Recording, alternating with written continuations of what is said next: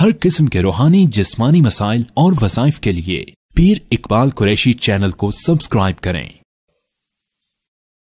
بسم اللہ الرحمن الرحیم۔ ہدایت اللہ تبارک و تعالیٰ کے ہاتھ میں ہے، دست قدرت میں ہے۔ جس کو چاہے ہدایت دے دے، جس کو چاہے ہدایت سے محروم کر لے۔ انک لا تہدی من احببت ولکن اللہ یہدی من یشاء۔ اللہ تبارک و تعالیٰ نے اپنے پیغمبر صلی اللہ علیہ وسلم کو ارشاد فرمایا، میرے پیغمبر، ہدایت تو اللہ جس کو چاہے دے، یہ قدرت الہی ہے جس کو ہدایت دے۔ حبشہ سے آنے والے کالے بلال کو ہدایت دے کے حضور کے قدموں میں بٹھا دے، اور حضور کے چچا ابو لہب کو ہدایت سے محروم کر لے۔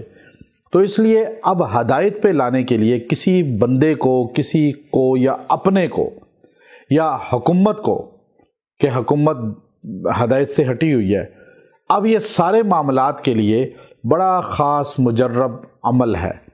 آپ اپنے کو ہدایت پہ لانا چاہتے ہیں، آپ ہدایت سے ہٹے ہوئے ہیں، یا کوئی فرد ہٹا ہوا ہے، یا کوئی طبقہ ہٹا ہوا ہے، تو آپ صبح کے ٹائم آسمان کی طرف دیکھ کر یا ہادی یا ہادی یا ہادیو یا ہادیو، ہادی اللہ کا نام ہے، آپ اس کو 111 بار پڑھ کے دعا کریں اور اس کا تصور کر کے پھونکیں اور دعا میں نام لیں۔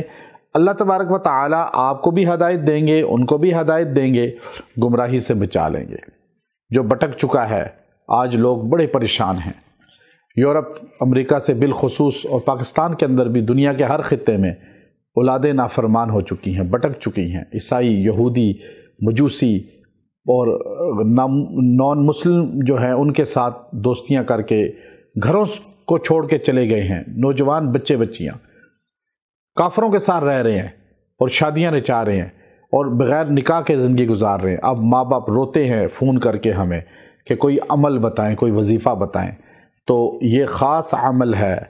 آپ اپنی اولادوں کو، اپنے خاندان کو، اپنے آپ کو، یا کسی غائب کو ہدایت پہ لانا چاہتے ہیں تو یہ اللہ کا نام پڑھیں، یا ہادیو، اور پڑھ کے دعا کریں، اللہ اس کو ہدایت دے گا۔